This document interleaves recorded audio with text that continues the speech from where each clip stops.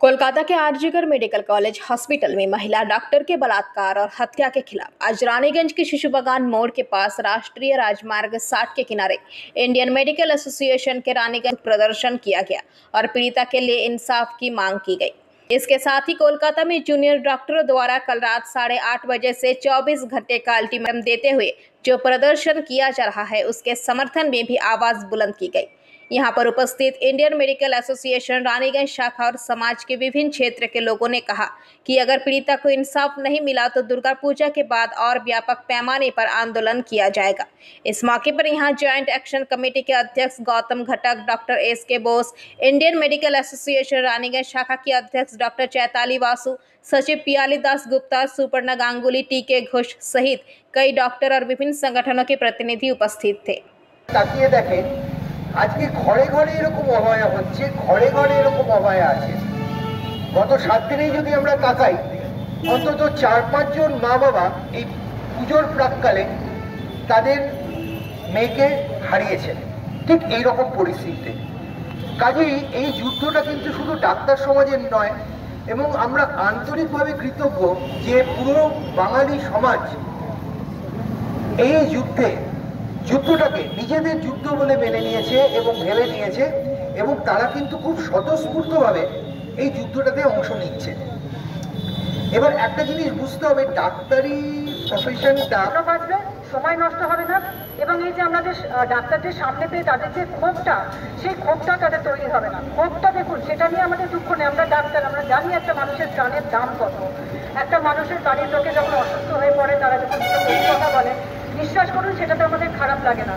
খারাপ লাগে যে যখন আমরা দেখি এই অব্যবস্থার জন্য পরিষেবাটা তারা ঠিক করে পাচ্ছে না, কিন্তু সেটা তো আমাদের হাতে নেই।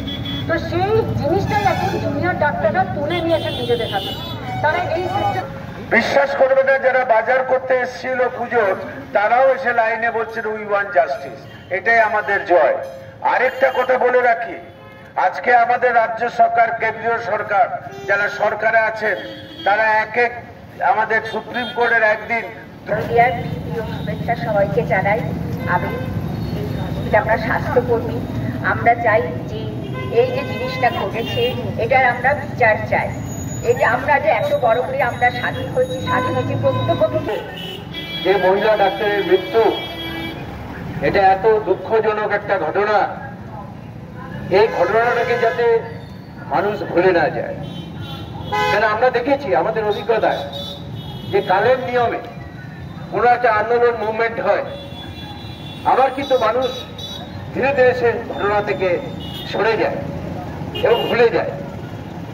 তো আমরা সিদ্ধান্ত নিচ্ছি যে যাতে মানুষকে সবসময় জাগিয়ে রাখা যায়, এটাই হচ্ছে নিয়ম।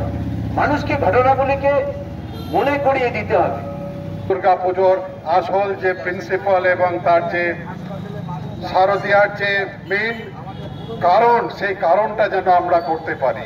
ধন্যবাদ বন্ধুগণ, আপনারা আমাদের সাথে আছেন, তার জন্য ধন্যবাদ। সবাইকে আহ্বান জানাই যে রাজা সে তার রাজধর্ম পালন করুক, যে প্রজা সে তার প্রজা ধর্ম পালন করুক, যে সেপাই সে তার সেপাই ধর্ম পালন করুক। ধর্ম পালন করলে অধর্ম নিশ্চয়ই নিপাত যাবে। যখন সেটা হয় না, তখন কাল ভৈরব জাগবে, এবং এটা জাগতে বেশি দেরি লাগবে না। জয় হিন্দ।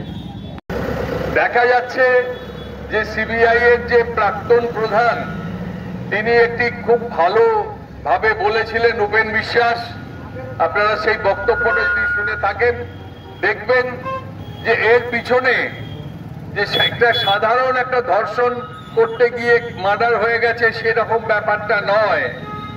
আমাদের যারা জুনিয়র, তার সহকর্মীরা, তারা প্রচন্ডভাবে আন্দোলন করেছে, এবং যে আন্দোলন গোটা পশ্চিমবঙ্গকে কিন্তু নাড়িয়ে দিয়েছে।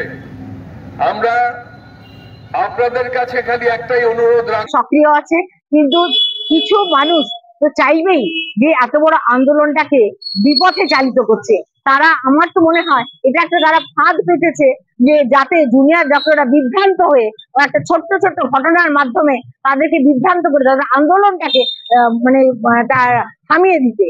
কিন্তু আমাদের প্রত্যেকের এবং পুরো মানে আমাদের ভারতবাসীরই সমর্থন আছে যে এই অভয়ের বিচার এবং দৃষ্টান্তমূলক শাস্তি না দেখে আমরা নড়বো না। আমরা ততদিন আমরা কাজের মাধ্যমে আমরা সারা দিন রাত আমরা এখানে আমাদের এখানে না আছে মেডিকেল কলেজ, না একটা জুনিয়র ডক্টর, কিচ্ছু নেই, কিন্তু তার সত্ত্বেও আমরা প্রতিনিয়ত আমরা আন্দোলন চালিয়ে যাচ্ছি, ওদের পাশে আছি प्रत्येक दिन আমরা দুদিন করে।